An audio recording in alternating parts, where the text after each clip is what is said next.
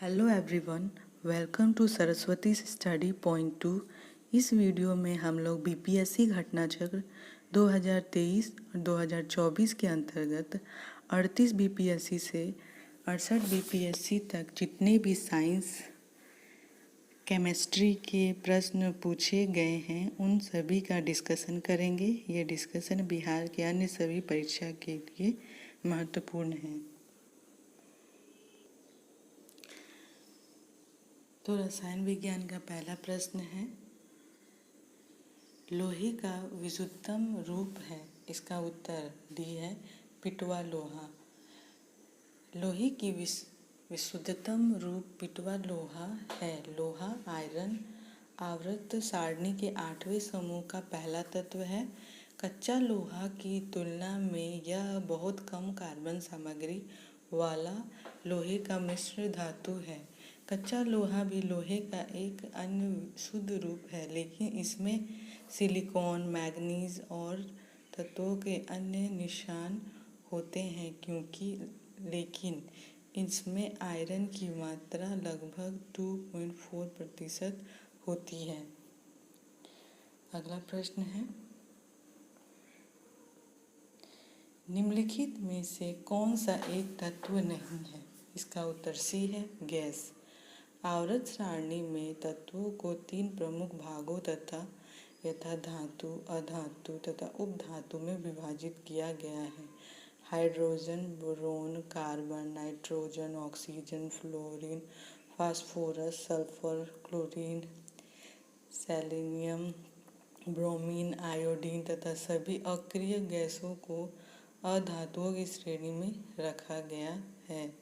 अगला प्रश्न है, आधुनिक रसायन शास्त्र का जनक किसे कहा जाता है। इसका उत्तर सी है, लेवोजियर। एंटोनी लेवोजियर को आधुनिक रसायन शास्त्र का जनक कहा जाता है। अगला प्रश्न है, परमाणु के नाभिक में कौन से मूलकण होते हैं। इसका उत्तर सी है, प्रोटॉन एवं न्यूट्रॉन। परमाणु नाभिक की रचना प्रोटॉन और न्यूट्रॉन से होती है। नाभिक का द्रव्यमान प्रोटॉन और न्यूट्रॉन के कारण तथा नाभिक का धनावेश केवल प्रोटॉनों के कारण होता है। प्रोटॉनों और न्यूट्रॉनों को सामूहिक रूप से न्यूक्लियॉन कहते हैं, क्योंकि ये कण परमाणु न्यूक्लियस नाभिक के घटक हैं। अगला प्रश्न है, किस नियम के अनुसार समान ताप और दाब पर सभी गैसों के निश्चित आयतन में अणुओं की संख्या समान होती है। इसका उत्तर डी है, आवोगाद्रो का नियम। आवोगाद्रो के नियम के अनुसार समान ताप और दाब पर सभी आर्द्र गैसों के समान आयतन में कणों या अणुओं की संख्या समान होती है। किसी गैस के 1 ग्राम मोल अणुओं की संख्या आवोगाद्रो संख्या कहते हैं। इसे n से प्रदर्शित किया जाता है। अगला प्रश्न है, एक तत्व में इलेक्ट्रॉन और न्यूट्रॉन की संख्या क्रमशः 18 तथा 20 है। इस तत्व की द्रव्यमान संख्या है। इसका उत्तर सी है, 38। किसी तत्व के परमाणु के नाभिक में उपस्थित प्रोटॉनों और न्यूट्रॉनों की संख्याओं का योग उस परमाणु की द्रव्यमान संख्या कहलाती है। उल्लेखनीय है कि परमाणु में इलेक्ट्रॉनों की संख्या प्रोटॉनों की संख्या के बराबर होती है, जिसके कारण परमाणु विद्युत उदासीन होते हैं। प्रश्नानुसार द्रव्यमान संख्या प्रोटॉनों की संख्या प्लस न्यूट्रॉनों की संख्या 18 + 20 = 38। अगला प्रश्न है, एक नाभिक की द्रव्यमान संख्या। इसका उत्तर ए है, न्यूट्रॉनों और प्रोटॉनों की संख्याओं का योग होती है। अगला प्रश्न है, प्लूटोनियम न्यूक्लाइड के नाभिक में न्यूट्रॉनों की संख्या होती है। इसका उत्तर बी है, 148। द्रव्यमान संख्या 242 है। परमाणु क्रमांक 94 बराबर प्रोटॉनों की संख्या न्यूट्रॉनों की संख्या द्रव्यमान संख्या माइनस प्रोटॉनों की संख्या 242 माइनस 94 बराबर 148। अगला प्रश्न है, निम्नलिखित में से कौन सा कण आवेश रहित है? इसका उत्तर सी है, न्यूट्रॉन। न्यूट्रॉन विद्युत उदासीन अपरमाणुक कण है। न्यूट्रॉन का द्रव्यमान प्रोटॉन के द्रव्यमान के लगभग बराबर होता है। न्यूट्रॉन की खोज वर्ष 1932 में इंग्लिश वैज्ञानिक जेम्स चैडविक ने की थी। अगला प्रश्न है, निम्नलिखित में से कौन सा एक रेडियोधर्मी तत्व द्वारा उत्सर्जित धनात्मक रूप से आवेशित कण है? इसका उत्तर सी है, अल्फा विकिरण। 2 प्रोटॉनों और 2 न्यूट्रॉन मिलकर एक अल्फा कण बनाते हैं। उच्च ऊर्जा वाले इलेक्ट्रॉनों को बीटा कण के रूप में जाना जाता है। स्पष्ट रूप से अल्फा कण प्रोटॉन की उपस्थिति के कारण सकारात्मक रूप से आवेशित होता है, जबकि बीटा कण इलेक्ट्रॉनों की उपस्थिति के कारण ऋणात्मक रूप से आवेशित होता है। कैथोड किरणें एक डिस्चार्ज ट्यूब में नकारात्मक इलेक्ट्रोड कैथोड छोड़ने वाले इलेक्ट्रॉनों की एक धारा है। अगला प्रश्न है, एक तत्व के समस्थानिक अलग अलग होते हैं। इसका उत्तर बी है, द्रव्यमान संख्या में। समान परमाणु संख्या वाले तत्व समस्थानिक कहलाते हैं, अर्थात जिस तत्व की परमाणु संख्या समान प्रोटॉनों की संख्या समान होती है परंतु द्रव्यमान संख्या या परमाणु भार अलग अलग होता है, वे समस्थानिक कहलाते हैं तथा समान परमाणु भार वाले तत्व समभारिक कहलाते हैं। अगला प्रश्न है, नाभिकीय विखंडन किसके संघात के कारण होता है? इसका उत्तर सी है, न्यूट्रॉन। नाभिकीय विखंडन न्यूट्रॉन के संघात के कारण होता है। जब किसी भारी तत्व के परमाणुओं पर न्यूट्रॉनों की बमबारी की जाती है तो भारी तत्व हल्के तत्वों में टूट जाता है एवं इसमें बहुत अधिक ऊर्जा का उत्सर्जन होता है। किसी भारी तत्व का हल्के तत्वों में टूटने की प्रक्रिया को नाभिकीय विखंडन कहते हैं। अगला प्रश्न है, फैराडे स्थिरांक। इसका उत्तर डी है, सार्वभौमिक स्थिरांक है। फैराडे स्थिरांक एक सार्वभौमिक स्थिरांक है। यह 96487 कैलोरी मोल होता है। अगला प्रश्न है, निम्न में से किसका पीएच मान 7 है? इसका उत्तर नहीं दिया गया, लेकिन एक्सप्लेनेशन देख रहे हैं। उदासीन विलयन का पीएच मान 7 होता है। शुद्ध जल को उदासीन माना जाता है। शुद्ध जल का 25 डिग्री सी पर पीएच मान 7 होगा। वर्षा का पानी जल का शुद्ध रूप है। 7 से अधिक पीएच मान का विलयन क्षारीय तथा 7 से कम पीएच मान का विलयन अम्लीय होता है। अगला प्रश्न है, निम्नलिखित में से किस विलयन के पीएच का मान 7 से अधिक है? इसका उत्तर बी है, क्षारीय विलयन। अगला प्रश्न है, पानी का पीएच मान है? इसका उत्तर बी है, 7। शुद्ध जल को उदासीन माना जाता है जिसका पीएच मान लगभग 7 होता है। अगला प्रश्न है, निम्नलिखित में से किसका गलनांक सबसे उच्च होता है? इसका उत्तर ए है, बोरोन का। किसी ठोस पदार्थ का गलनांक वह तापमान होता है जिस पर वह अपनी ठोस अवस्था से पिघलकर द्रव अवस्था में पहुंच जाता है। गलनांक पर ठोस और द्रव प्रावस्था साम्यावस्था में होती है। बोरोन का गलनांक 2453 के, एल्युमिनियम का गलनांक 933 के, सिलिकॉन का गलनांक 1693 के तथा लोहा का गलनांक 1808 की है। अतः बोरोन का गलनांक सबसे उच्च है। अगला प्रश्न है, नीलम का रासायनिक सूत्र है? इसका उत्तर ए है, 203। नीलम एक रत्न श्रेणी का खनिज है। इसका रासायनिक सूत्र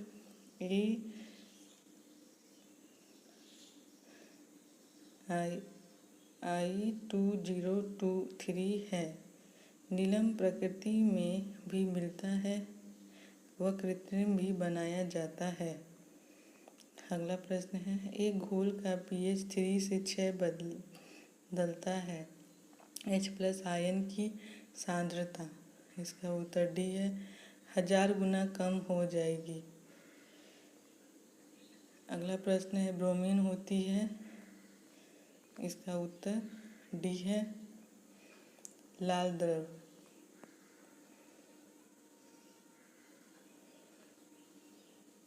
निम्नलिखित में से कौन सा रेडियो ब्रोमीन गहरा लाल रंग धारित तीक्ष्ण गंध वाला वाष्पशील द्रव है।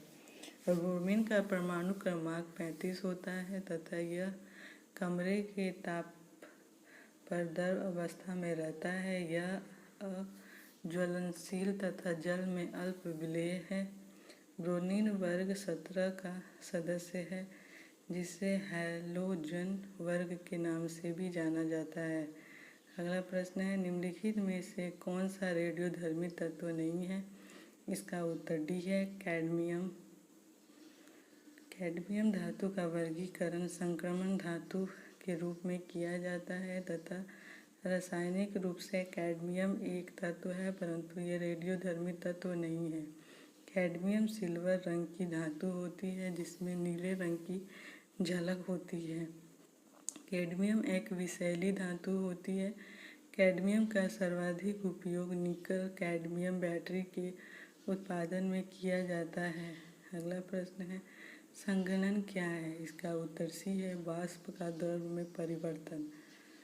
जब कोई गैस तरल पदार्थ में परिवर्तित होती है तब इस स्थिति को संघनन कहा जाता है। अर्थात संघनन एक ऐसी प्रक्रिया है जिसमें कोई गैस संगठित होकर अर्थात ठंडी होकर द्रव अवस्था में बदल जाती है।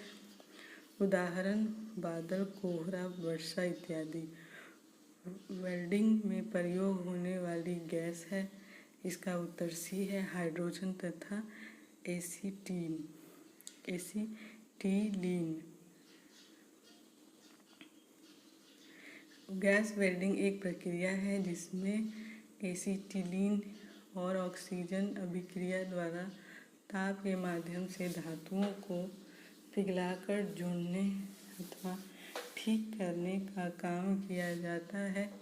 ऑक्सी एसीटिलीन वेल्डिंग सबसे अधिक प्रचलित विधि है। अगला प्रश्न है, ग्लैवेनाइड लोहे की पाइप पर परत होती है। इसका उत्तर ए है, जस्ते की। लोहे एवं इस्पात को जंग से सुरक्षित रखने के लिए उस पर जस्ते की पतली परत चढ़ाने की विधि को ग्लैवेनीकरण कहते हैं। अतः अभिष्ट उत्तर विकल्प ए है। अगला प्रश्न है, कपड़े साफ करने में प्रयोग होने वाले डिटर्जेंट है। इसका उत्तर डी है, साल्फोनेट। डिटर्जेंट आर्द्रक अथवा आर्द्रकों के यौगिक होते हैं जो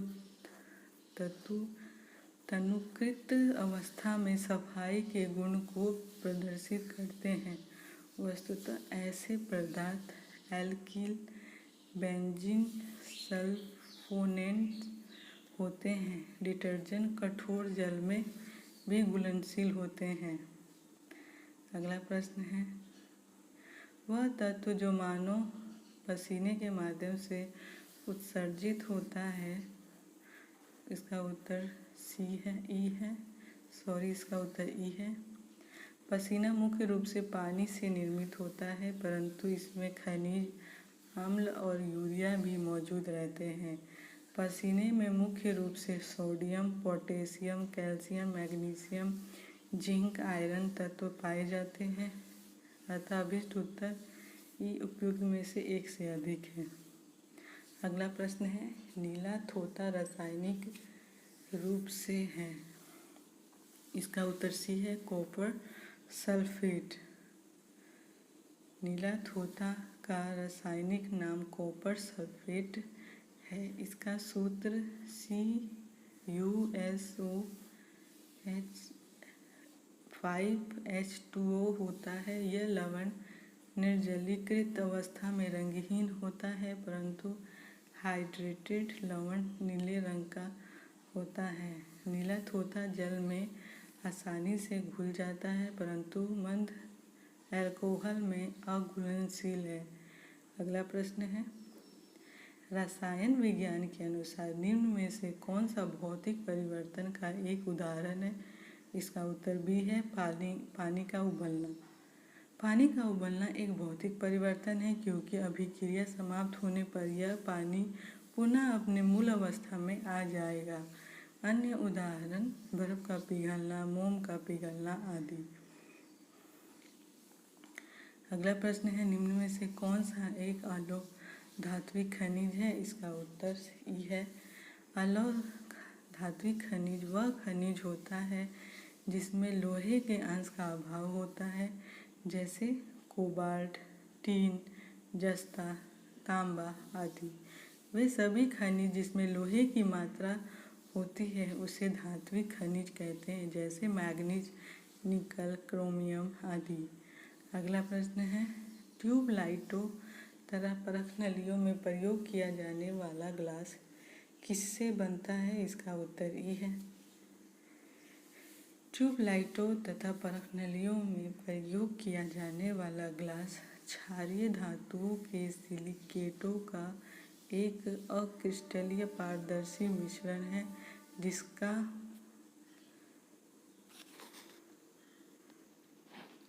ट्यूबलाइटों तथा परख नलियों में प्रयोग किया जाने वाला ग्लास क्षारीय धातुओं के सिलिकेटों का एक अक्रिस्टलीय पारदर्शी मिश्रण है, जिसका निर्माण सिलिका, सीरियम ऑक्साइड तथा सोडियम एवं अन्य ऑक्साइडों से होता है। अगला प्रश्न है, निम्न में से किस धातु की विद्युत चालकता सबसे अधिक है? इसका उत्तर बी है, रजत। विद्युत चालकता का क्रम प्रमुख धातुओं से चांदी ज़्यादा है, चांदी से कम तांबा, तांबा से कम एल्युमिनियम, एल्युमिनियम से कम बेरिलियम, बेरिलियम से कम कैल्शियम है। अगला प्रश्न है, पृथ्वी के वातावरण में सबसे प्रचुर मात्रा में पाई जाने वाली गैस है? इसका उत्तर डी है, नाइट्रोजन। पृथ्वी के वायुमंडल में सबसे प्रचुर मात्रा में नाइट्रोजन गैस 78.07% पाई जाती है। अगला प्रश्न है, अल्कोहल को कार्बोक्सिलिक अम्ल में परिवर्तित किया जा सकता है? इसका उत्तर ए है, मात्र ऑक्सीडेशन द्वारा। अल्कोहल R-CH2- को मात्र ऑक्सीडेशन द्वारा कार्बोक्सिलिक अम्ल RCOH में परिवर्तित किया जा सकता है। ऑक्सीडेशन एक रासायनिक अभिक्रिया है। अगला प्रश्न है, नाभिकीय रिएक्टर में नाभिकीय विखंडन से विद्युत उत्पन्न करने के लिए साधारणतः प्रयोग किया जाने वाला तत्व है? इसका उत्तर ई है।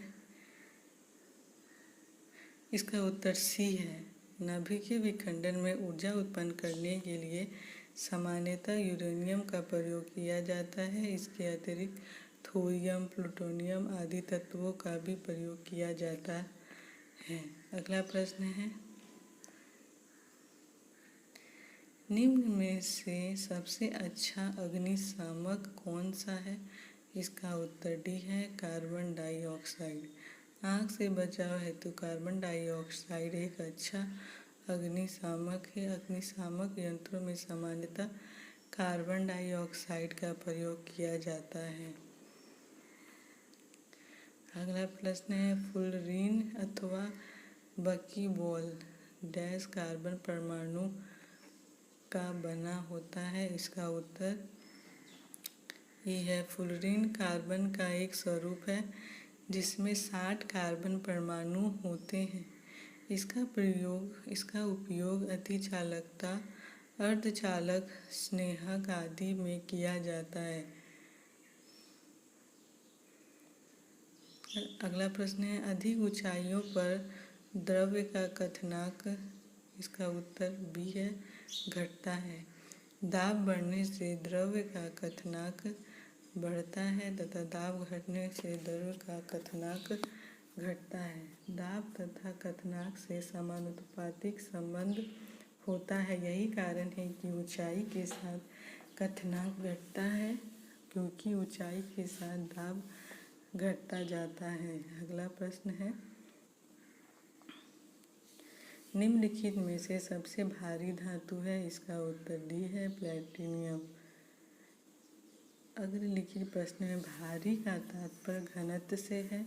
उपयुक्त विकल्पों में से प्लैटिनम सर्वाधिक घनत्व गुणधर्म वाला धातु है, जिनका घनत्व 21.45 ग्राम घन सेंटीमीटर होता है। चांदी का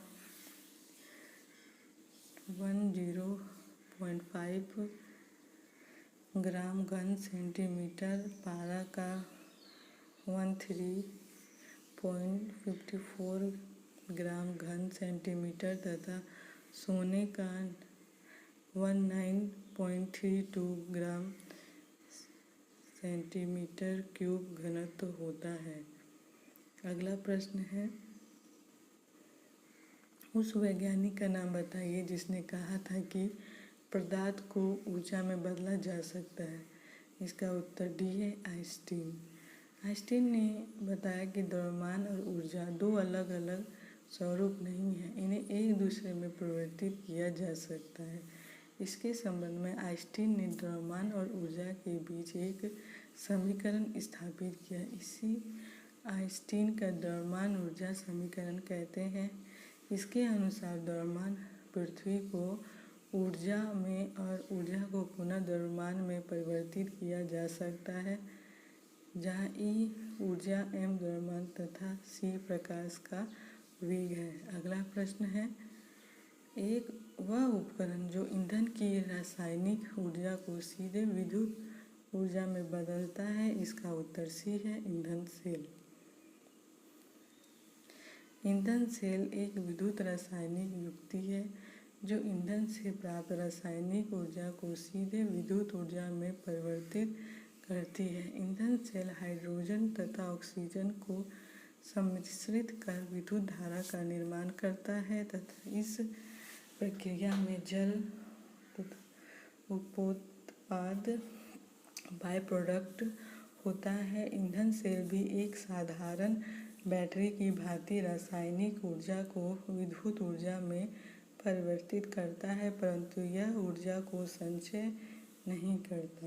अगला प्रश्न है, टूटी हुई हड्डियों की रक्षा के लिए प्लास्टर ऑफ पेरिस का प्रयोग होता है। यह है, इसका उत्तर डी है, जिप्सम। जिप्सम लवण जिसका रासायनिक सूत्र CaSO4 2H2O होता है, को 373 के पर गर्म करने पर यह जल अणुओं का त्याग कर कैल्शियम सल्फेट अर्धहाइड्रेट बनाता है। इसे प्लास्टर ऑफ पेरिस कहते हैं।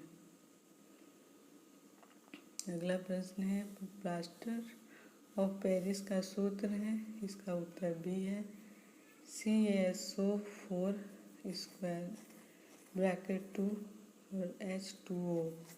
प्लास्टर ऑफ पेरिस का रासायनिक सूत्र है CaSO4 1/2 H2O कैल्शियम हेमीहाइड्रेट। इसका निर्माण जिप्सम कैल्शियम हाइड्रेट को गर्म करने पर होता है, परंतु विकल्प के अनुसार प्लास्टर ऑफ पेरिस के दो अणु मिलकर CaSO4 2 H2O का निर्माण करते हैं। अगला प्रश्न है,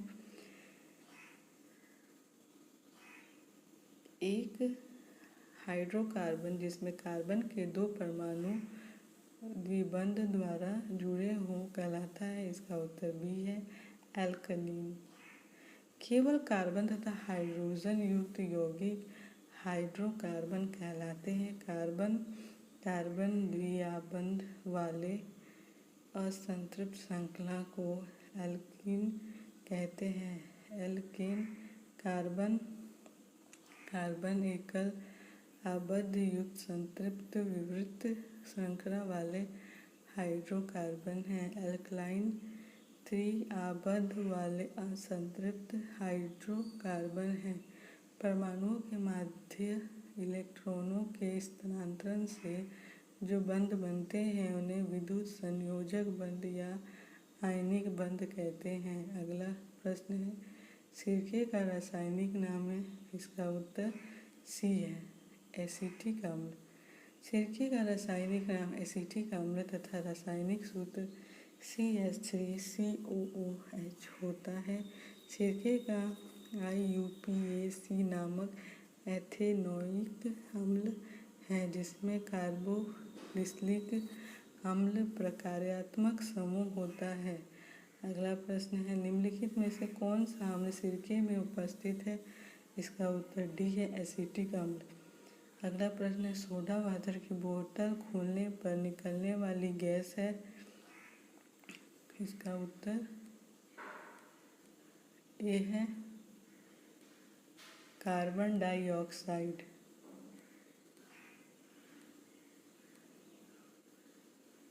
सोडा वाटर की बोतल खोलने पर निकलने वाली गैस कार्बन डाइऑक्साइड है जो उच्च दाब पर सोडा बोतल में अंतःक्षेपित की जाती है। अगला प्रश्न है, खनिज मिनरल क्या है? इसका उत्तर बी है, अकार्बनिक ठोस।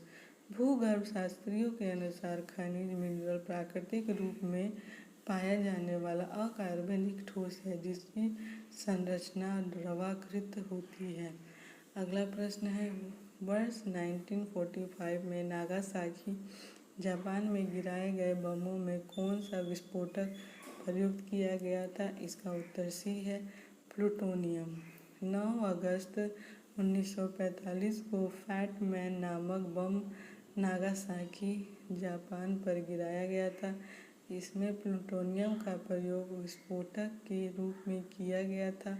वहीं दूसरी ओर हिरोशिमा पर गिराए गए बम लिटिल बॉय में विस्फोटक के रूप में यूरेनियम का प्रयोग किया गया था।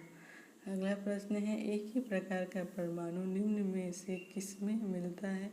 इसका उत्तर सी है, प्राकृत तत्व। एक ही प्रकार का परमाणु प्राकृत तत्व में मिलता है। अगला प्रश्न है, सबसे अधिक क्रियाशील धातु कौन सी है? इसका उत्तर डी है, पोटेशियम। दिए गए विकल्प में सर्वाधिक क्रियाशील धातु पोटेशियम है। क्रियाशीलता के आधार पर दी गई धातुओं का क्रम निम्नवत है, पोटेशियम, सोडियम, कैल्शियम, आयरन। अगला प्रश्न है, निम्न में से किसे श्वेत धातु भी कहते हैं? इसका उत्तर ई है, मूल रूप से श्वेत धातु लेड एवं लिथियम या अन्य धातुओं यथा कैडमियम, बिस्मथ एवं जस्ते की मिश्र धातु होती है। अगला प्रश्न है, वनस्पति तेल से वनस्पति घी बनाने में प्रयुक्त होने वाली गैस है।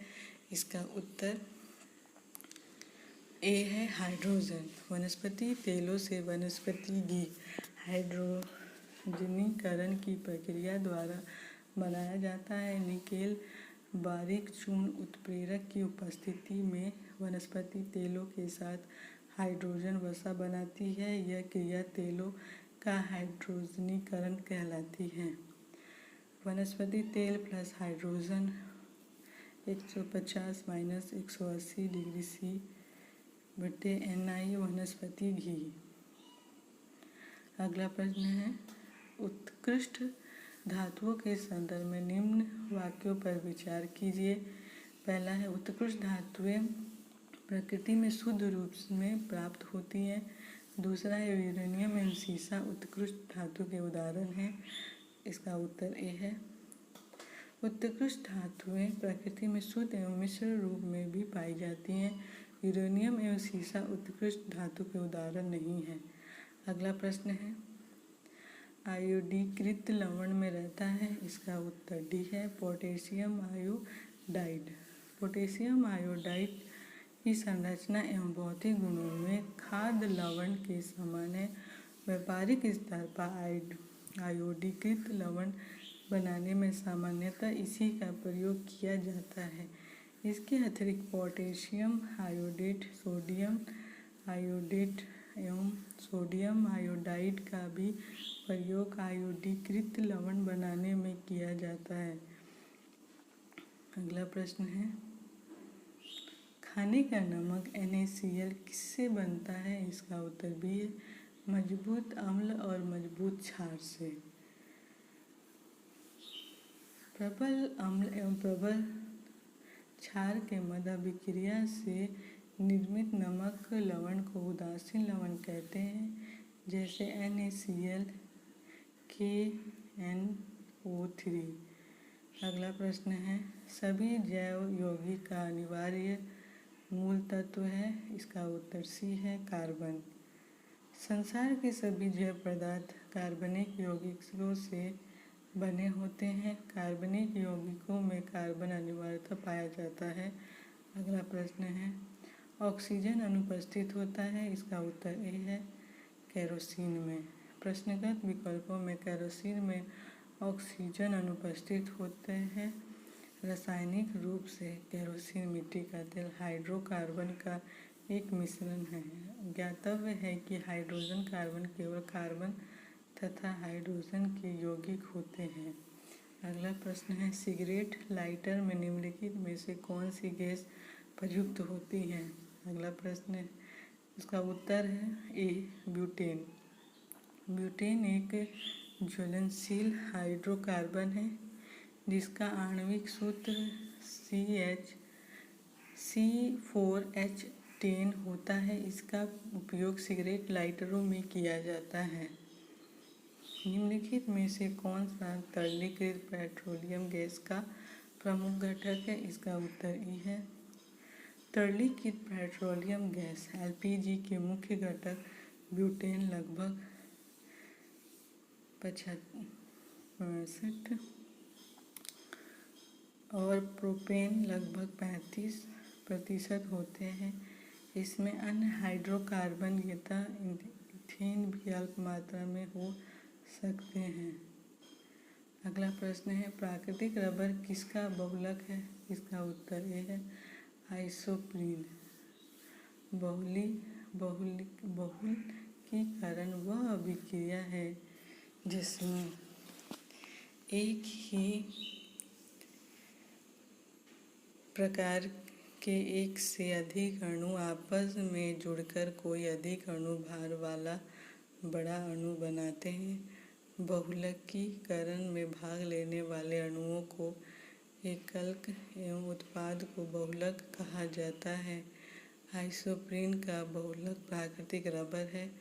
आइसोप्रीन एक कार्बनिक पदार्थ है जिसका सूत्र CH2 बराबर CH3 बराबर CH2 है। अगला प्रश्न है, टेफ्लॉन निम्नलिखित में से किस एकक का बहुलक है, इसका उत्तर ए है, ट्रेफ्लोरोएथिलीन।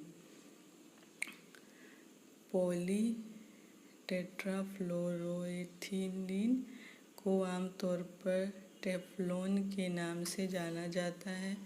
यह एक ठोस फ्लोरोकार्बन है। इसका घनत्व 2.2 ग्राम सेंटीमीटर स्क्वायर क्यूब होता है एवं इसका गलनांक लगभग 327 डिग्री सेल्सियस होता है। यह विशेषता बर्तनों पर न चिपकने वाली नॉनस्टिक सतह के रूप में प्रयुक्त होता है। बैकेलाइट निम्नलिखित के संघनन से बनता है, इसका उत्तर बी है, फिलॉन तथा फॉर्मेल्डिहाइड।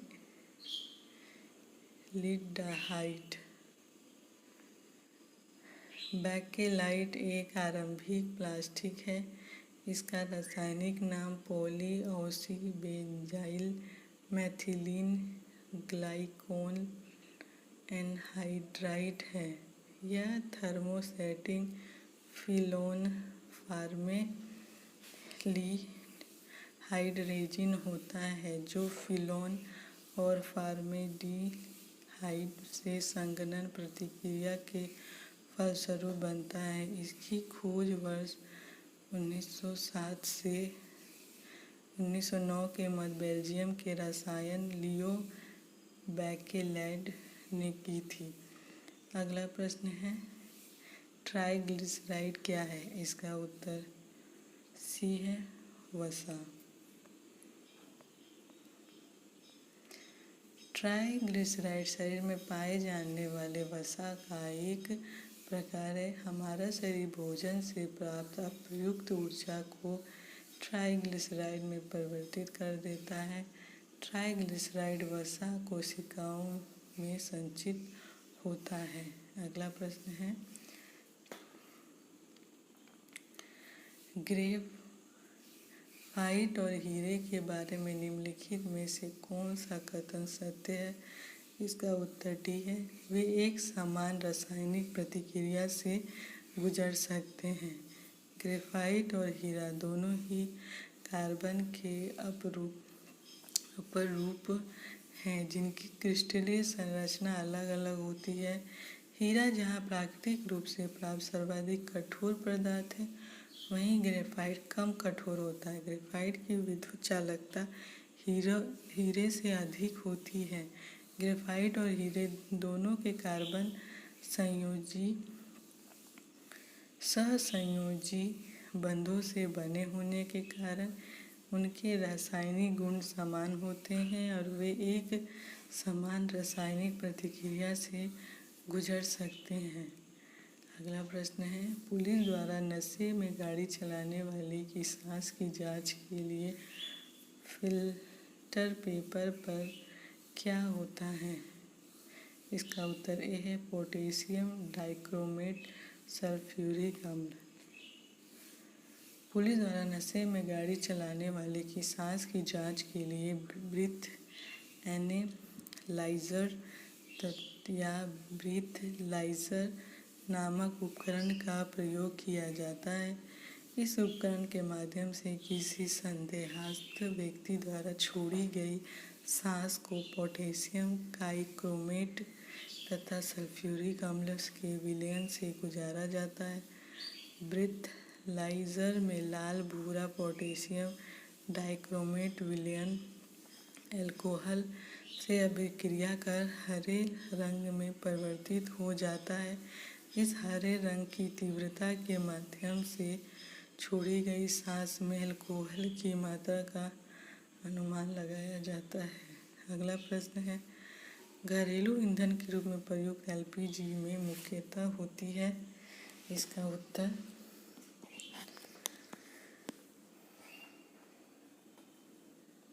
ई है। घरेलू ईंधन के रूप में प्रयुक्त एलपीजी अर्थात तरलीकृत पेट्रोलियम गैस हाइड्रोकार्बन गैसों का एक ज्वलनशील मिश्रण है। इसमें मुख्यतः प्रोपेन तथा ब्यूटेन का मिश्रण होता है।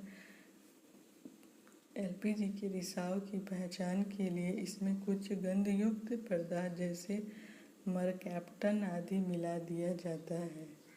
अगला प्रश्न है ग्रीन हाउस गैसों में मुख्य घटक होता है। इसका उत्तर ये है। ग्रीन हाउस गैस वे हैं जो पृथ्वी वातावरण तथा बादलों द्वारा उत्सर्जित ऊष्मीय अवरक्त विकिरण को अवशोषित एवं उत्सर्जित करती है। इसमें प्रमुख है कार्बन डाइऑक्साइड, जलवाष्प, नाइट्रस ऑक्साइड, मीथेन और ओजोन।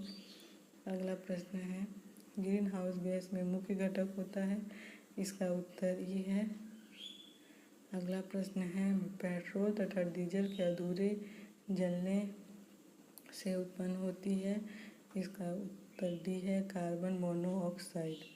ऑक्सीजन की कमी के कारण इंजन में पेट्रोल या डीजल का पूर्ण दहन नहीं हो पाता है। इससे मुख्यतः कार्बन मोनोऑक्साइड उत्पन्न और निर्गत होता है। अगला प्रश्न है, साबुन ग्रीज को हटाता है। इसका उत्तर सी है, पाइसीकरण द्वारा।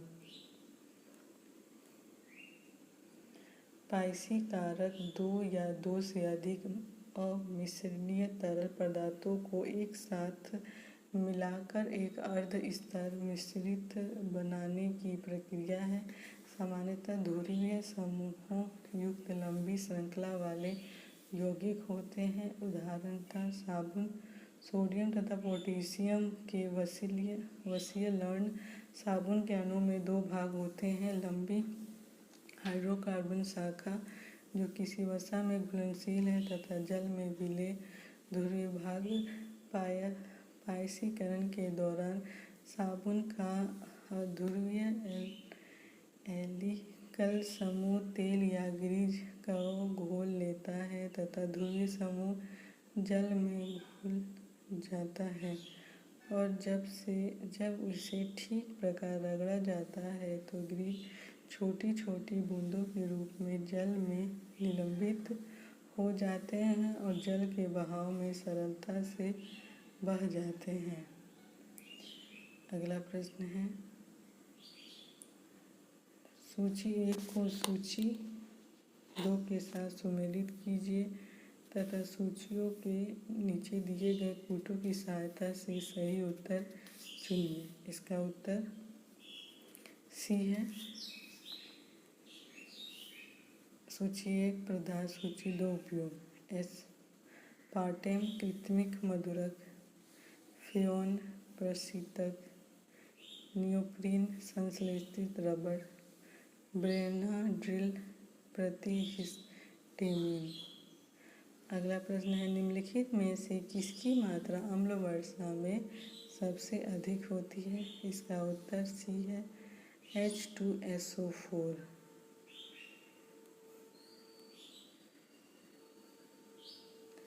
वातावरणीय प्रदूषण औद्योगिक निक्षेपों एवं प्रकृति में होने वाली विभिन्न क्रियाओं के फलस्वरूप उत्पन्न सल्फर डाइऑक्साइड तथा नाइट्रोजन ऑक्साइड गैस वायुमंडल में पहुंचकर ऑक्सीजन और बादल के जल के साथ रासायनिक अभिक्रिया कर क्रमशः सल्फ्यूरिक अम्ल तथा नाइट्रिक अम्ल बनाकर पृथ्वी पर गिरती है।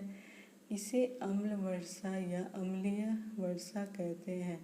अम्ल वर्षा में सामान्यतः फ्यूरिक अम्ल H2SO4 की मात्रा सर्वाधिक लगभग 70% होती है। अगला प्रश्न है, अम्ल वर्षा होती है। इसका उत्तर नहीं है, एक्सप्लेनेशन देखते हैं। अम्ल वर्षा का मुख्य कारण सल्फर डाइऑक्साइड एवं नाइट्रोजन के ऑक्साइडों के उत्सर्जन से होने वाली वर्षा है। इस प्रदूषकों का उत्सर्जन कारखानों से, पेट्रोलों से तथा ऊर्जा उत्पादन संयंत्रों में कोयला जलाने से भी होती है। अतः इस प्रश्न के लिए एक से अधिक विकल्प सही है। अगला प्रश्न है, शुष्क बर्फ है। इसका उत्तर बी है, ठोस कार्बन डाइऑक्साइड।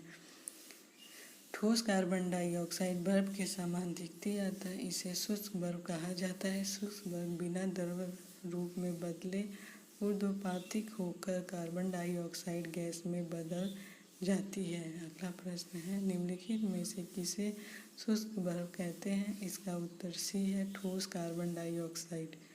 अगला प्रश्न है, शुष्क बर्फ क्या है। इसका उत्तर बी है, ठोस कार्बन डाइऑक्साइड। अगला प्रश्न है, निम्न में से किसे अनबुझा चूना कहते हैं। इसका उत्तर ए है, CaO। कैल्शियम ऑक्साइड को क्विक लाइम अनबुझा चूना कहते हैं। यह कमरे के तापमान में क्रिस्टलीय ठोस होता है। अगला प्रश्न है, चूने का पानी किसके द्वारा दूधिया हो जाता है। इसका उत्तर बी है, CO2। चूने का पानी कैल्शियम हाइड्रॉक्साइड के तनु जलीय विलयन का सामान्य नाम है। जब कार्बन डाइऑक्साइड गैस को चूने के प्रवाहित करते हैं तो चूने का पानी दूधिया हो जाता है। अगला प्रश्न है, निम्नलिखित में से कौन सा सीमेंट का मुख्य घटक है? इसका उत्तर ये है, सीमेंट के निर्माण में प्रयुक्त होने वाला मुख्य घटक चूना पत्थर तथा सिलिका मिट्टी है। चूना पत्थर और सिलिका मिट्टी को एक साथ गर्म करने पर उनकी अभिक्रिया के फलस्वरूप सीमेंट क्लिंकर का निर्माण होता है। इस क्लिंकर में 2 से 3% जिप्सम को CaSO4 2H2O को मिश्रित करने पर सीमेंट का निर्माण होता है। अगला प्रश्न है, एक कार बैटरी में प्रयुक्त विद्युत अपघट्य होता है। इसका उत्तर भी है, सल्फ्यूरिक अम्ल। कार में द्वितीयक सेल प्रयोग में लाया जाता है। द्वितीयक सेल में विद्युत अपघट्य के रूप में सल्फ्यूरिक अम्ल के तनु विलयन का उपयोग किया जाता है, जबकि इलेक्ट्रोड लेड ऑक्साइड तथा स्पंजी लेड की बनी प्लेटें होती हैं। इन बैटरियों को लेड असंचायक अथवा संचायी बैटरी भी कहते हैं। कारों, ट्रकों, इन्वर्टरों में उपयोग होने वाली बैटरियां द्वितीयक बैटरियां के ही उदाहरण हैं। अगला प्रश्न है, कार की बैटरी में प्रयोग होने वाला अम्ल है डी, सल्फ्यूरिक अम्ल। अगला प्रश्न है, निम्नलिखित में से किसमें कार्बन नहीं है? इसका उत्तर डी है, उपयुक्त में से कोई नहीं। हीरा, ग्रेफाइट और कोयला तीनों कार्बन के अपरूप हैं। अगला प्रश्न है, निम्न में से सबसे सख्त कौन है? इसका उत्तर है ए, हीरा। हीरा सबसे कठोर प्राकृतिक पदार्थ है। हीरे में प्रत्येक कार्बन परमाणु अन्य कार्बन परमाणुओं से प्रबल बलों द्वारा जुड़ा रहता है। इसके फलस्वरूप त्रिविमीय दृढ़ संरचना प्राप्त होती है। इसकी कठोरता के कारण इसका उपयोग कांच को काटने और कठोर पत्थर में छिद्र करने वाले औजारों को बनाने में किया जाता है। अगला प्रश्न है, निम्न पदार्थों में से कौन सा पदार्थ खाने की वस्तुओं के परीक्षण हेतु प्रयोग होता है? इसका उत्तर सी है, सोडियम बेंजोएट। सोडियम बेंजोएट का प्रयोग खाने के परीक्षण के लिए किया जाता है। अगला प्रश्न है, पारद धातु मिश्रण है। इसका उत्तर सी है, पारदयुक्त मिश्र धातु होती है। पारदयुक्त मिश्र धातु होती है।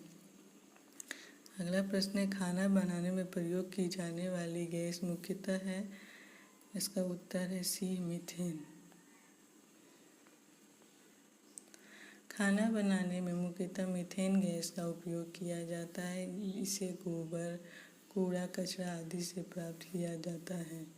अगला प्रश्न है, बायोगैस का निम्न में से कौन सा अवयव प्रमुख है? इसका उत्तर है मीथेन। ऑक्सीजन की अनुपस्थिति में किसी कार्बनिक पदार्थ की जैविक विखंडन से उत्पन्न गैस बायोगैस कहलाती है। बायोगैस के मुख्य संघटक मीथेन एवं कार्बन डाइऑक्साइड है। इसमें बहुत ही कम मात्रा में हाइड्रोजन सल्फाइड, नमी तथा सिलक्सेन उपस्थित हो सकते हैं। गोबर गैस या बायोगैस में मीथेन 50 से 75% तक पाई जाती है। अगला प्रश्न है, निम्न धातुओं में से कौन सामान्य ताप पर द्रव्य है? इसका उत्तर बी है, पारा। पारा सामान्य ताप पर द्रव होता है। इसका प्रयोग थर्मामीटर में ताप मापने के लिए किया जाता है। अगला प्रश्न है, ठोस कपूर से कपूर वाष्प बनाने की प्रक्रिया को कहते हैं ऊर्ध्वपातन। ठोस कपूर से वाष्प बनाने की प्रक्रिया को ऊर्ध्वपातन कहते हैं। ऊर्ध्वपातन वह प्रक्रिया है जिसमें ठोस पदार्थ गर्म करने पर सीधा गैस की अवस्था में रूपांतरित हो जाता है और जो ठंडा होने पर पुनः प्रारंभिक ठोस अवस्था में आ जाता है। बायोगैस का निम्न में से कौन सा अवयव प्रमुख है? इसका उत्तर ए है मीथेन। ऑक्सीजन की अनुपस्थिति में किसी कार्बनिक पदार्थ की जैविक विखंडन से उत्पन्न गैस से बायोगैस कहलाती है। बायोगैस के मुख्य संकटक मीथेन एवं कार्बन डाइऑक्साइड है। इसमें बहुत ही कम मात्रा में हाइड्रोजन सल्फाइड, नमी तथा सिलिकॉन उपस्थित हो सकते हैं। गोबर गैस या बायोगैस में मीथेन 50 से 75% तक पाई जाती है। अगला प्रश्न है, निम्न धातु में से कौन सामान्य ताप पर द्रव्य है? इसका उत्तर बी है पारा। पारा सामान्य ताप पर द्रव्य होता है। इसका प्रयोग थर्मामीटर में ताप मापने के लिए किया जाता है। अगला प्रश्न है, ठोस कपूर से कपूर वाष्प बनने की प्रक्रिया को कहते हैं? इसका उत्तर है डी ऊर्ध्वपातन। ठोस कपूर से वाष्प बनने की प्रक्रिया को ऊर्ध्वपातन कहते हैं। ऊर्ध्वपातन वह प्रक्रिया है जिसमें ठोस पदार्थ गर्म करने पर सीधा गैसीय अवस्था में रूपांतरित हो जाता है और जो ठंडा होने पर पुनः प्रारंभिक ठोस अवस्था में आ जाता है।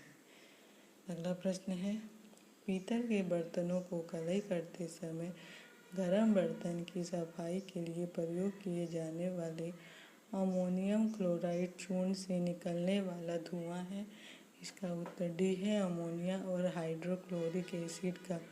पीतल के बर्तन को कलई करते समय गर्म बर्तन की सफाई के लिए प्रयोग किए जाने वाले अमोनियम क्लोराइड चूर्ण से निकलने वाला धुआं अमोनिया और हाइड्रोक्लोरिक अम्ल होता है। अगला प्रश्न है, नींबू खट्टा किस कारण से होता है? इसका उत्तर डी है साइट्रिक अम्ल के कारण। नींबू में साइट्रिक अम्ल पाया जाता है जिसके कारण यह खट्टा होता है। अगला प्रश्न है, वाहनों से निकलने वाली गैस कौन सी है? इसका एक्सप्लेनेशन देखते हैं। वाहनों में मुख्यतः carbon dioxide, carbon monoxide, nitrogen के oxide, sulphur dioxide and hydrocarbon उत्सर्जित होते हैं। अतः इस प्रश्न के उत्तर के रूप में एक से अधिक विकल्प सही होंगे। अगला प्रश्न है, स्टील को कठोरता प्रदान करने के लिए बढ़ाई जाती है? इसका उत्तर है ए कार्बन की मात्रा। इस्पात के साथ उचित मात्रा में मिश्रण मिलाकर इसे आवश्यक कठोरता, तन्यता और सुगठिता प्रदान की जाती है। लोहे में जितना अधिक कार्बन मिलाते हैं इस्पात उतना ही कठोर बनता जाता है। कठोरता बढ़ाने के साथ उसकी भंगुरता भी बढ़ती जाती है। अगला प्रश्न है, किस खनिज से रेडियम प्राप्त किया गया है? इसका उत्तर बी है पिच ब्लेड। पिच ब्लेड से रेडियम प्राप्त किया जाता है। पिच ब्लेड रेडियम का अयस्क है, लेकिन पिच ब्लेड में रेडियम का अनुपात अत्यधिक कम होता है। क्यूरी दंपति ने रेडियम प्राप्ति के लिए पिच ब्लेड का ही शोधन किया था। अगला प्रश्न है, तैरने के तालाब में तैरने से मनुष्य की त्वचा जल जाती है? इसका उत्तर है बी क्लोरीन के कारण। तालाब में तैरने से मनुष्य की त्वचा जल जाती है क्योंकि तालाब के जल शुद्धिकरण में Cl2 का प्रयोग किया जाता है। क्लोरीन की अधिकता के कारण शरीर की त्वचा जल जाती है। अगला प्रश्न है, हाइड्रोजन को जलाने से क्या बनेगा? इसका उत्तर है डी पानी। हाइड्रोजन के दहन से जल का निर्माण होता है। 2H2 + O2 = 2H2O।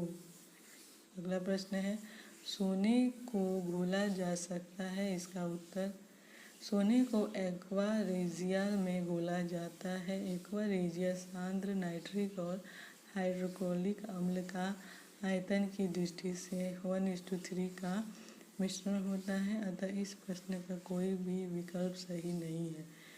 अगला प्रश्न है, हाइड्रोफ्लोरिक एसिड कांच की बोतल में नहीं रखा जाता है क्योंकि यह अभिक्रिया करता है। इसका उत्तर डी है कांच की सिलिकॉन डाइऑक्साइड से हाइड्रोफ्लोरिक अम्ल कांच में नहीं रखा जाता है।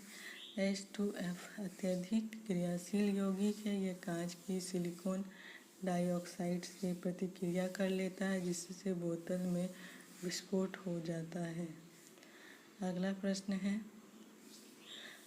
वायु में थोड़ी देर रखने पर किसी धातु के हरे रंग के बेसिक कार्बोनेट की परत जम जाती है, वह धातु है। इसका उत्तर है ए तांबा। वायु में थोड़ी देर रखने के बाद तांबा धातु के ऊपर हरे रंग के बेसिक कार्बोनेट की परत जम जाती है। वस्तुतः यह वायु में तांबे के ऑक्सीकरण का परिणाम है।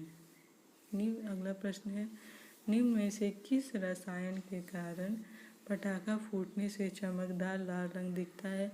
इसका उत्तर ए है स्ट्राशियम। स्ट्राशियम लवणों, स्ट्राशियम नाइट्रेट, स्ट्राशियम कार्बोनेट, स्ट्राशियम सल्फेट के कारण पटाखा फूटने पर लाल रंग दिखाई देता है। अगला प्रश्न है, विस्फोटक नाइट्रोग्लिसरीन है एक। इसका उत्तर डी है एस्टर। नाइट्रोग्लिसरीन एक एस्टर है जिसका उपयोग विस्फोटक की तरह किया जाता है। अगला प्रश्न है, घरेलू एलपीजी सिलेंडर में दाब मापक नहीं प्रदान किए जाते हैं क्योंकि? इसका उत्तर डी है, ये एलपीजी द्वारा चोक हो जाते हैं।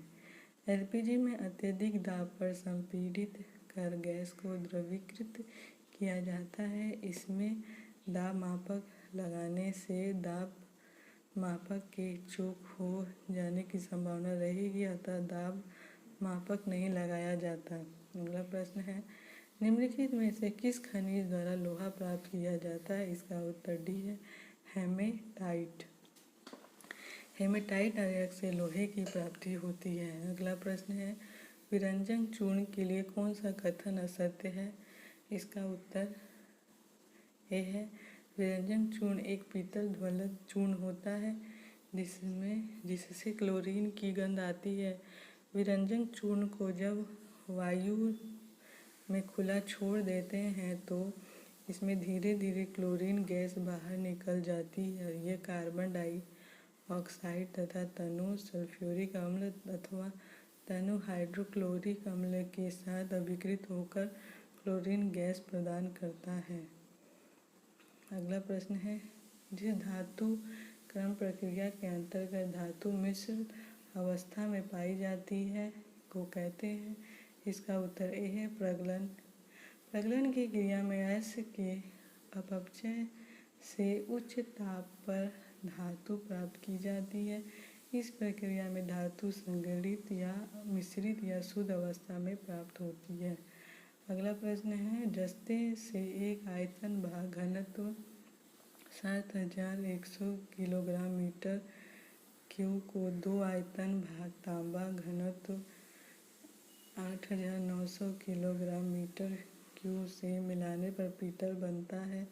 पीतल का घनत्व है, इसका उत्तर बी है 8300 किलोग्राम मीटर क्यूब। अगला प्रश्न है, निम्न में से कौन से पीतल के घटक हैं? इसका उत्तर है ए जस्ता एवं तांबा।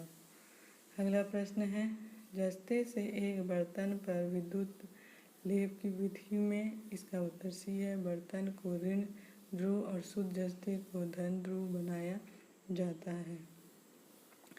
जस्ते से बर्तन पर विद्युत लेप की विधि में जस्ता दो इलेक्ट्रॉनों का त्याग कर धनायन बन जाता है और बर्तन इलेक्ट्रॉन का त्याग कर ऋणात्मक हो जाता है। इससे जस्ता धन ध्रुव और बर्तन ध्रुव ऋण ध्रुव के रूप में परिणित हो जाता है। अगला प्रश्न है, जंग लगे लोहे के वजन में निम्न में से कौन सा परिवर्तन होता है? इसका उत्तर ए है, यह लंबे समय तक बढ़ता है। लोहे में जब जंग लगती है तो इसका ऑक्सीकरण Fe2O3 आयरन ऑक्साइड या फेरस ऑक्साइड में होने लगता है। आयरन के साथ ऑक्सीकरण के मिल जाने के कारण लोहे का वजन बढ़ जाएगा, लेकिन लोहे पर जंग लगने के लंबे समय बाद जंग के कारण लोहे के खत्म होने की प्रक्रिया शुरू हो जाती है। इससे लोहे का वजन कम हो जाएगा। बिहार लोक सेवा आयोग ने अपने अंतिम उत्तर पत्रक में इसका उत्तर विकल्प ए माना है। अगला प्रश्न है, स्टेनलेस स्टील एक मिश्रित धातु है। इसका उत्तर ए है। दो या दो से अधिक धातुओं के समांगी मिश्रण को मिश्र धातु कहते हैं, जो धातु के गुणधर्मों को बेहतर बनाते हैं। लोहे मुख्य धातु के साथ कार्बन, निकेल, क्रोमियम को निश्चित अनुपात में मिलाने पर हमें स्टेनलेस स्टील प्राप्त होता है, जो कठोर होता है तथा इसमें जंग नहीं लगता। अगला प्रश्न है, स्टेनलेस स्टील एक मिश्र धातु है। इसका उत्तर ये है।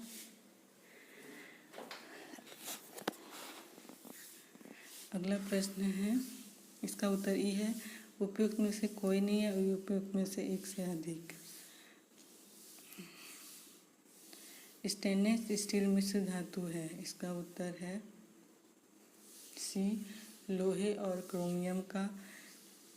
अगला प्रश्न है, निम्नलिखित में से किसमें ऋणात्मक आवेश होता है। इसका उत्तर सी है, बीटा किरण का। रेडियो एक्टिव पदार्थों से अल्फा, बीटा, गामा किरणें निकलती हैं। अल्फा धनावेशित, बीटा ऋणावेशित तथा गामा उदासीन किरणें होती हैं। अगला प्रश्न है, निम्नलिखित में से कौन सा इलेक्ट्रॉनिक संरूपण धातु तत्वों के लिए होता है। इसका उत्तर डी है, 2882। 2882 इलेक्ट्रॉन संरूपण क्षारीय मृदा धातु है। 28 अक्रिय गैस नियॉन है। 287 हैलोजन क्लोरीन है। 288 अक्रिय गैस आर्गन है। अगला प्रश्न है, CO समूह का आबद्ध क्रम क्या है। इसका उत्तर डी है, 3। आबद्ध क्रम बॉन्ड ऑर्डर एक संख्या है जो हमें यह बताती है कि अणु या समूह बनाने वाले दो परमाणुओं के मध्य उपस्थित बंध कितना मजबूत है। आबद्ध क्रम का अधिक होना अधिक मजबूती तथा आबद्ध क्रम का कम होना कम मजबूती प्रदर्शित करता है। CO का समूह का आबद्ध क्रम 3 है। अगला प्रश्न है, जिस तत्व के परमाणु में 2 प्रोटॉन, 2 न्यूट्रॉन और 2 इलेक्ट्रॉन हो, उस तत्व की द्रव्यमान संख्या कितनी होती है। इसका उत्तर बी है, 4। द्रव्यमान संख्या बराबर प्रोटॉन की संख्या प्लस न्यूट्रॉन की संख्या। दिए गए प्रश्न में द्रव्यमान की संख्या बराबर 2 + 2 बराबर 4 है। अगला प्रश्न है, सल्फर हेक्साफ्लोराइड अणु का आकार कौन सा है। इसका उत्तर बी है, अष्टफलकीय। सल्फर हेक्साफ्लोराइड का आकार अष्टफलकीय होता है। अगला प्रश्न है, एक तत्व X की बहुतायत कक्षा में 4 इलेक्ट्रॉन हैं। हाइड्रोजन के साथ इसके यौगिक का कौन सा सूत्र होगा। इसका उत्तर डी है, XH4। जिस तत्व के बाह्यतम कक्ष में 4 इलेक्ट्रॉन होते हैं, स्थायित्व प्राप्त करने के लिए 4 इलेक्ट्रॉन की सहायता से यह संयोजी बंध बनाएगा। हाइड्रोजन के बाह्यतम कक्षा में 1 इलेक्ट्रॉन होते हैं। स्थायित्व प्राप्त करने के लिए एक और इलेक्ट्रॉन की आवश्यकता होगी। अतः बाह्यतम कक्षा में 4 इलेक्ट्रॉन वाले तत्व के साथ 4 हाइड्रोजन प्रतिक्रिया करेंगे। इस प्रकार XH4 का निर्माण करेगा। अगला प्रश्न है, बेंजीन में सिग्मा और पाई बंध की संख्या होती है। इसका उत्तर सी है, 12, 3। बेंजीन एक हाइड्रोकार्बन है जिसका सूत्र C6H6 है। इसमें 6 कार्बन परमाणु और 6 हाइड्रोजन परमाणु होते हैं। प्रत्येक कार्बन परमाणु एक बंध से हाइड्रोजन से और 2 से अन्य निकटवर्ती कार्बन परमाणुओं से संबंध रहता है। कार्बन का चौथा बंध युग्मबंध के रूप में उपस्थित माना गया है। इसमें 12 सिग्मा एवं 3 पाई बंध होते हैं। अगला प्रश्न है, निम्न कथनों पर विचार कीजिए। शुद्ध जल में नमक को घोलने से जल का क्वथनांक बढ़ जाता है और जल का हिमांक घट जाता है। अगला प्रश्न है, जल में जब मिथाइल अल्कोहल डालते हैं तो जल का क्वथनांक घट जाता है। इसका उत्तर डी है। 1 एवं 2 दोनों सही कथन है। शुद्ध जल में नमक को घोलने से जल का क्वथनांक बढ़ जाता है और जल का हिमांक घट जाता है। जल में स्थित मिथाइल अल्कोहल डालते हैं तो जल का क्वथनांक घट जाता है। ये हाइड्रोजन बॉन्डिंग के कारण होता है। अगला प्रश्न है, भारी पानी वह पानी होता है, इसका उत्तर सी है, जिसमें हाइड्रोजन का स्थान आइसोटोप ले लेता है। हाइड्रोजन का एक समस्थानिक ड्यूटेरियम होता है। यदि जल का निर्माण H2 से न होकर ड्यूटेरियम से हो तो उस पानी को भारी पानी कहेंगे। इसका रासायनिक सूत्र D2O होता है। अगला प्रश्न है, किसी परमाणु नाभिक का आइसोटोप वह नाभिक है जिसमें, इसका उत्तर बी है, प्रोटॉन की संख्या वही होती है परंतु न्यूट्रॉन की संख्या भिन्न होती है। अगला प्रश्न है, वे परमाणु जो द्रव्यमान संख्या में असमान होते हैं परंतु नाभिक पर समान वैद्युत आवेश समान प्रोटॉनों की संख्या में समान होते हैं, इन्हें समस्थानिक आइसोटोप कहते हैं। अगला प्रश्न है, दूध उदाहरण है एक, इसका उत्तर बी और सी है, कोलायड विलयन का और इमल्सन का। कोलायड एक विषममागी मिश्रण होता है। इसमें मिश्रण के कण बहुत सूक्ष्म होते हैं। कोलायड के कई रूप या प्रकार हैं, जैसे एरोसोल, गैस माध्यम में द्रव्य का मिश्रण, इमल्सन, द्रव माध्यम में द्रव्य का मिश्रण, ठोस माध्यम में द्रव्य का मिश्रण आदि। दूध, फेस क्रीम इमल्सन का उदाहरण है। इस प्रकार दूध इमल्सन है जो एक तरह का कोलायड विलयन है। अतः इस प्रश्न का विकल्प बी और सी दोनों सही उत्तर है। सर्वाधिक उपयुक्त विकल्प के तौर पर छात्र इमल्सन का चयन कर सकते हैं।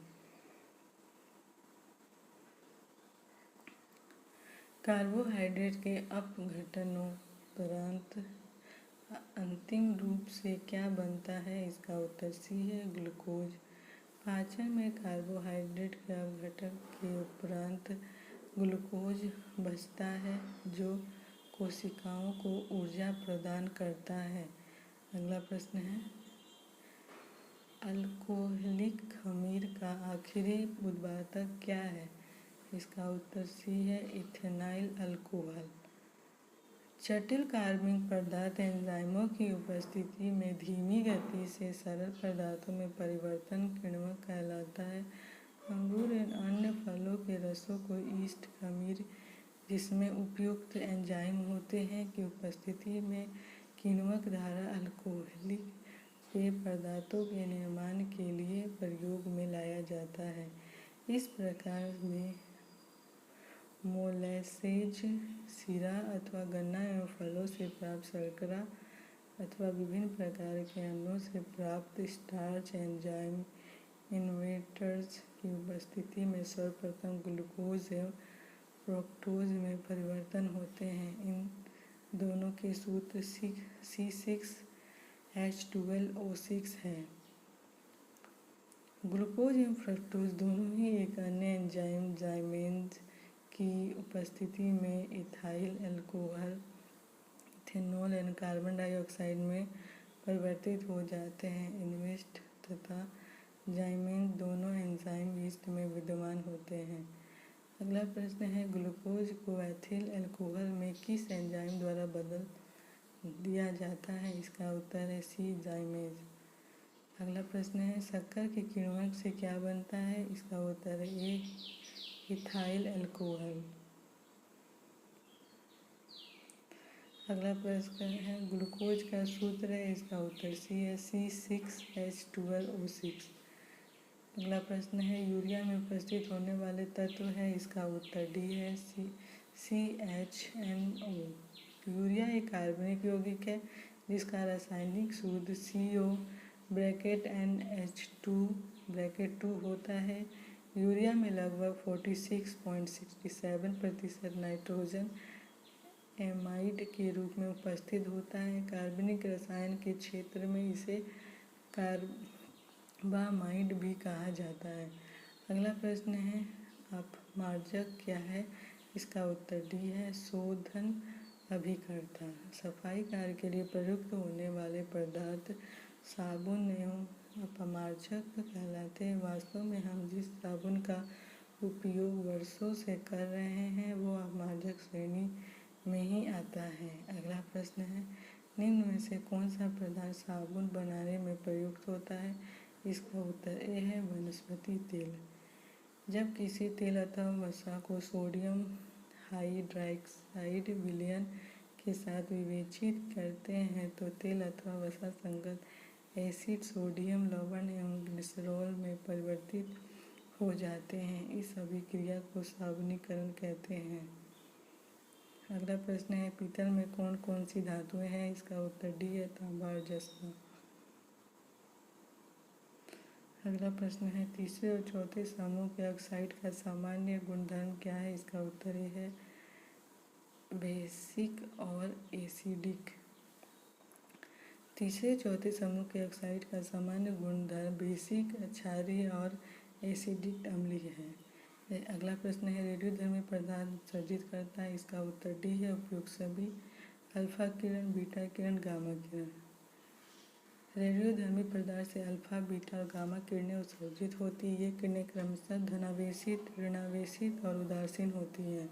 अगला प्रश्न है हवा में जिस गैस की मात्रा सबसे अधिक होती है वह है? इसका उत्तर डी है नाइट्रोजन।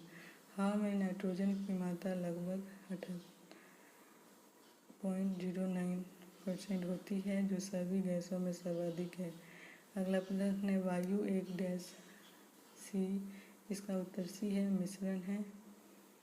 वायु कई गैसों का मिश्रण है जिसमें N2 78.09, nitrogen oxygen 20.95, argon 0.93%, carbon dioxide 0.036% तथा शेष में हाइड्रोजन हीलियम नियॉन क्रिप्टॉन और जीनॉन पाई जाती है।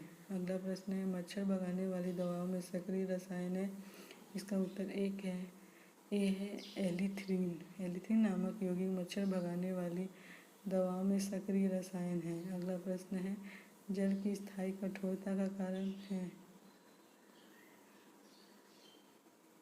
इसका उत्तर बी है कैल्शियम तथा मैग्नीशियम के क्लोराइड और सल्फेट।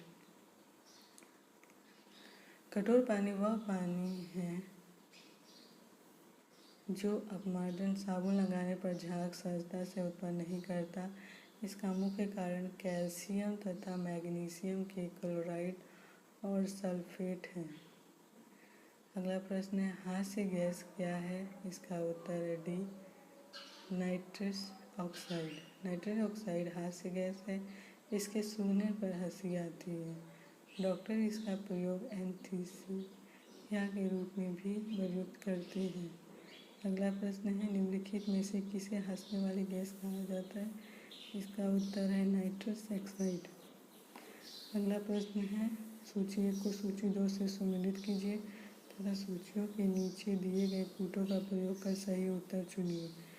इसका उत्तर बी है त्वचा कैंसर पराबैंगनी प्रकाश ध्वनि प्रदूषण डेसिबल वैश्विक तापन कार्बन डाइऑक्साइड ओजोन छिद्र क्लोरोफ्लोरोकार्बन।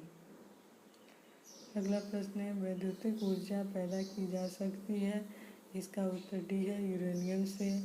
विद्युत शक्ति जल से कोयले से यूरेनियम और नाभिकीय अभिक्रियाओं से पवन शक्ति से अन्य विधियों से पैदा की जा सकती है। अगला प्रश्न है अम्ल वर्षा का घटक है? इसका उत्तर डी है ए और बी दोनों।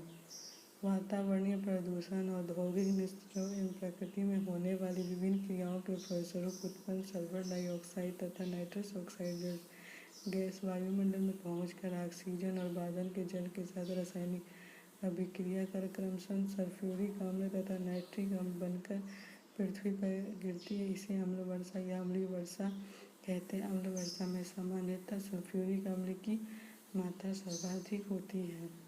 प्राकृतिक अगला प्रश्न है, प्राकृतिक रबर किसका बहुलक है? इसका उत्तर है आइसोप्रीन का। बहुलकीकरण वह अभिक्रिया है जिसमें एक ही प्रकार के एक से अधिक अणु आपस में जुड़कर कोई अधिक अणु भार वाला बड़ा अणु बनाते हैं। बहुलकीकरण में भाग लेने वाले अणुओं को एकक एवं उत्पाद को बहुलक कहा जाता है।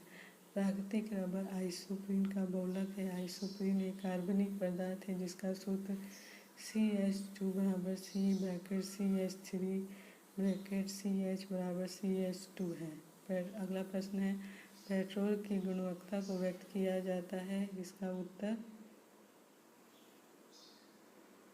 बी है ऑक्टेन संख्या द्वारा।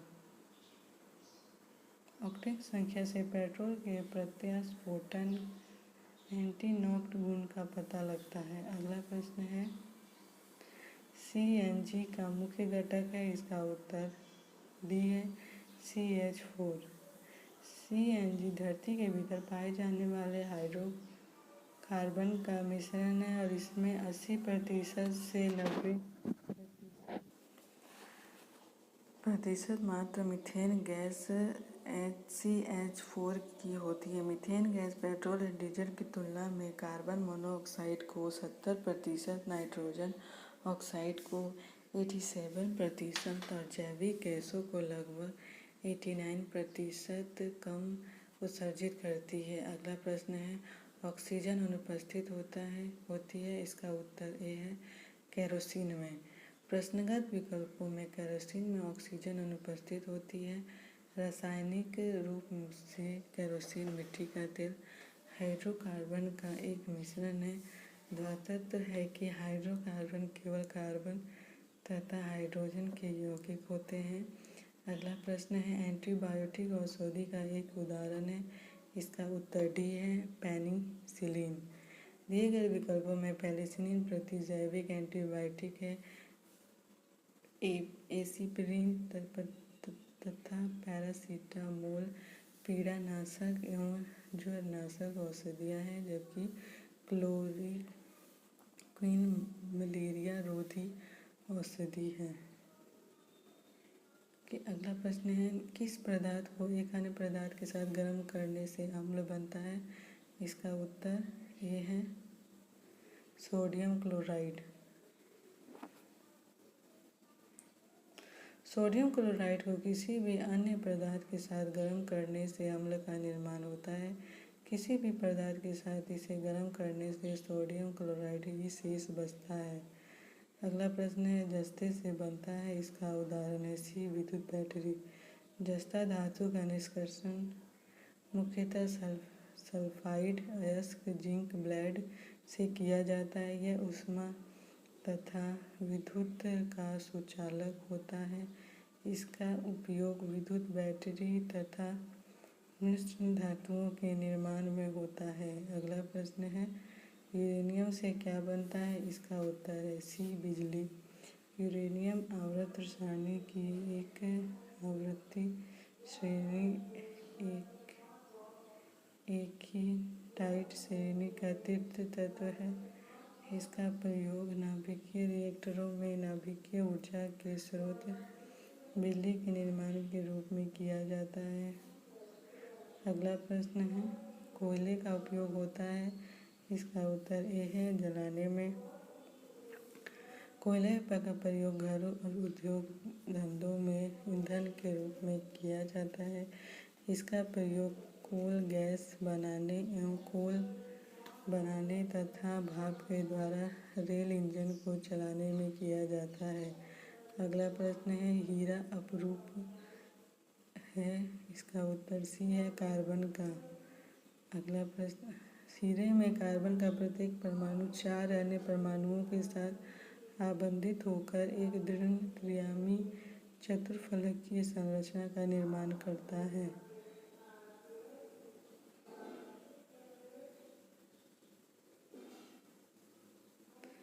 अगला प्रश्न है, मिश्रण के विभिन्न द्रवीभूत घटकों को उपयुक्त पदार्थ पर अधिशोषण द्वारा अलग करने की प्रक्रिया कहलाती है। इसका उत्तर सी है, क्रोमैटोग्राफी। किसी मिश्रण के विभिन्न द्रवीभूत घटकों को उपयुक्त पदार्थ पर अधिशोषण द्वारा अलग करने की प्रक्रिया को क्रोमैटोग्राफी वर्णलेख कहते हैं। क्रोमैटोग्राफी की विधि इस तथ्य पर आधारित है कि किसी मिश्रण के विभिन्न घटकों की अवशोषण क्षमता भिन्न भिन्न होती है। इस कारण वह किसी अधिशोषक पदार्थ में विभिन्न दूरियों पर अवशोषित होते हैं और इस प्रकार वे पृथक कर लिए जाते हैं। अगला प्रश्न है, एक्सरे में वर्णाक्षर एक्स का मतलब डैश किरण है। इसका उत्तर है बी, अननोन अज्ञात। एक्सरे में वर्णाक्षर एक्स का मतलब अननोन अज्ञात किरण है। ध्यातत्व है कि एक्स किरण एक प्रकार का विद्युत चुंबकीय विकिरण है। यह चिकित्सा पद्धति आंतों के रोगों के निदान के लिए प्रयोग की जाती है। अगला प्रश्न है, वाटर गैस डैश का मिश्रण होता है। इसका उत्तर ए है, CO+H2 का। वाटर गैस मोनोऑक्साइड और हाइड्रोजन गैस CO+H2 का मिश्रण होता है। इसका ऊष्मीय मान लगभग 2800 kcal/kg होता है। इसका उपयोग हाइड्रोजन एवं अल्कोहल के निर्माण में अपचायक के लिए होता है। डैश के कारण पानी एक उत्कृष्ट शीतलक कारक है। इसका उत्तर सी है, उच्च विशिष्ट ऊष्मा। उच्च विशिष्ट ऊष्मा के कारण पानी एक उत्कृष्ट शीतलन कारक है। जल की विशिष्ट ऊष्मा अधिक होती है, जिससे तात्पर्य यह है कि जल को गर्म होने के लिए काफ़ी अधिक मात्रा में ऊष्मा की आवश्यकता पड़ती है तथा ठंडा होने के लिए भी बड़ी मात्रा में ऊष्मा को निकालना पड़ता है।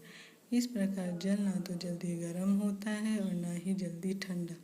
जल का यह गुण इसे उत्कृष्ट शीतलन एजेंट बनाता है। अगला प्रश्न है, कुछ धातु ऑक्साइड अम्ल और क्षार के साथ अभिक्रिया कर नमक और पानी बनाते हैं। इन्हें उभयधर्मी ऑक्साइड कहते हैं। उभयधर्मी ऑक्साइड के उदाहरण है। इसका उत्तर बी है, Al2O3 और ZNO।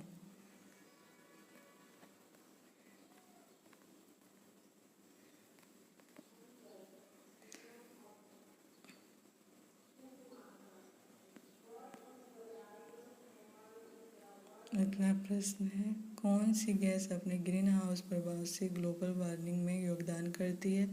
इसका उत्तर डी है, उपयुक्त में से एक से अधिक।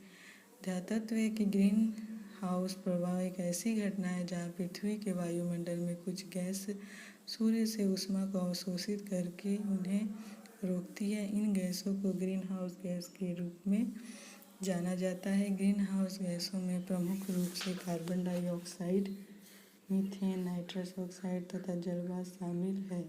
अतः सही विकल्प डी है।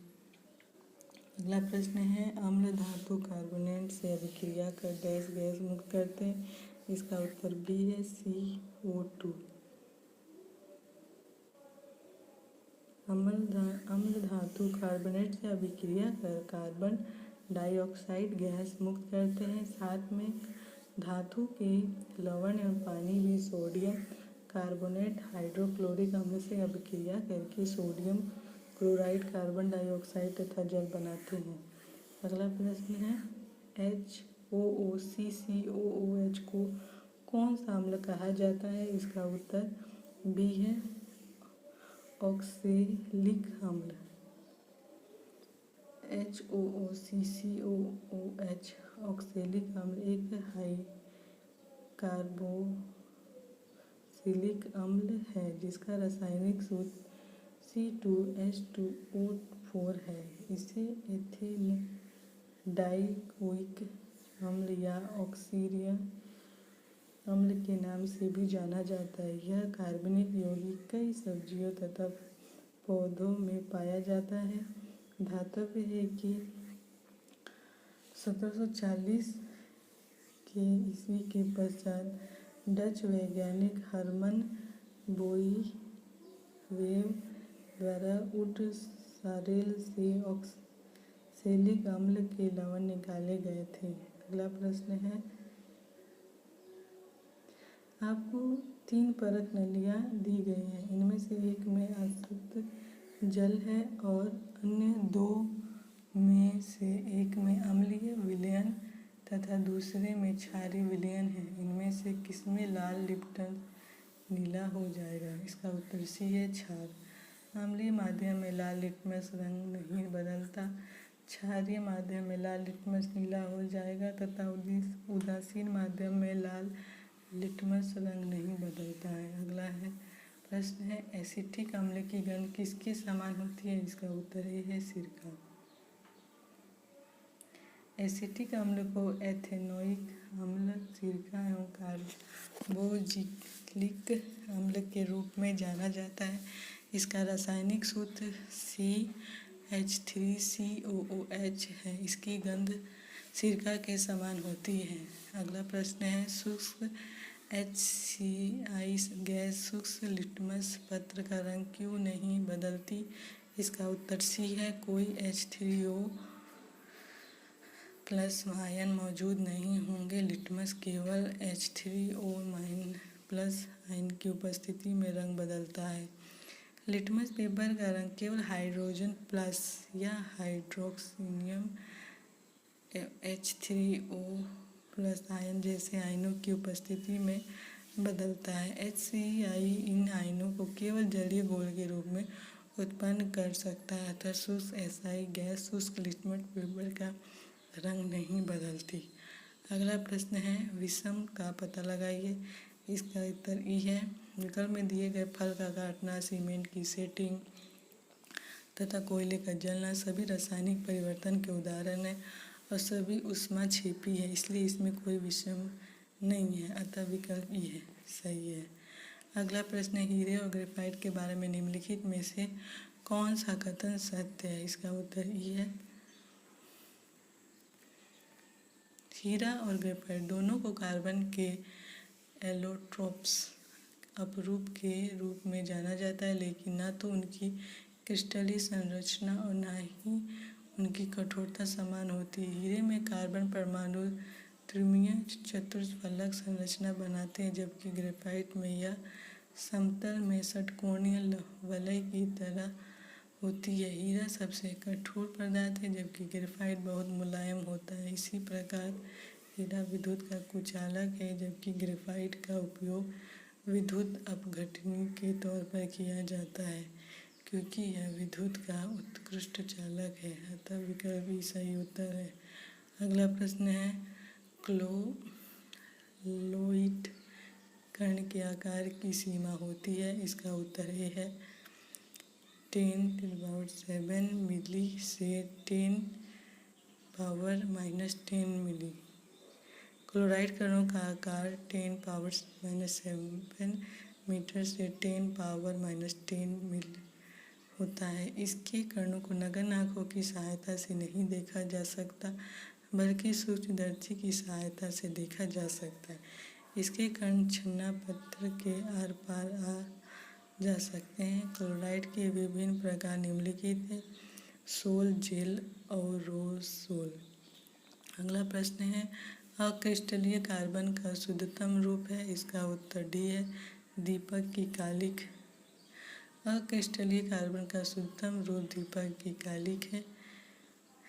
इसका अगला प्रश्न है, आधुनिक परमाणु प्रतीक डैश द्वारा प्रस्तावित विधि पर आधारित है? इसका उत्तर बी है, ब्रेजेलियस। किसी तत्व के सूक्ष्मतम कण जिनसे अणु बनते हैं तथा जो रासायनिक अभिक्रियाओं में बिना अपघटित हुए भाग लेते हैं, परमाणु कहलाते हैं। आधुनिक परमाणु प्रतीक ब्रेजेलियस द्वारा प्रस्तावित विधि पर आधारित है। अगला प्रश्न है, निम्नलिखित विशेषताओं में से कौन सी रासायनिक परिवर्तन की विशेषता नहीं है? इसका उत्तर सी है, ऊर्जा में कोई निर्वृत्त परिवर्तन नहीं होता। उपयुक्त दिए गए विकल्पों में अनुक्रमणीय होना, नए पदार्थ बनाना तथा ऊर्जा का अवशोषण होना रासायनिक परिवर्तन की विशेषता है, जबकि ऊर्जा में कोई निवल परिवर्तन नहीं होना रासायनिक परिवर्तन की विशेषता नहीं है। अगला प्रश्न है, ऐसे पदार्थ को जो बिना रासायनिक प्रतिक्रिया के अन्य पदार्थों से नमी को आसानी से अवशोषित कर लेते हैं कहा जाता है। इसका उत्तर ए है, जल शोषक। ऐसे पदार्थ जो बिना रासायनिक प्रतिक्रिया के अन्य पदार्थों से नमी को आसानी से अवशोषित कर लेते हैं उन्हें जल शोषक कहा जाता है। अगला प्रश्न है, कार्बन मोनोऑक्साइड से प्रदूषित वायु में सांस लेना खतरनाक है क्योंकि CO हीमो। इसका उत्तर बी है, कार्बन मोनोऑक्साइड हीमोग्लोबिन के साथ संयोजक करता है। कार्बन मोनोऑक्साइड से प्रदूषित वायु में सांस लेना खतरनाक है क्योंकि यह हीमोग्लोबिन के साथ संयोजक करके रक्त परिसंचरण को बाधित करती है, जिससे व्यक्ति की मृत्यु हो जाती है। और कार्बन मोनोऑक्साइड एक रंगहीन एवं गंधहीन गैस है जो मोटर वाहन तथा भट्टियों में ईंधन के जलने से निकलती है। नेक्स्ट पार्ट में हम लोग जीव विज्ञान के प्रश्नों का डिस्कशन करेंगे।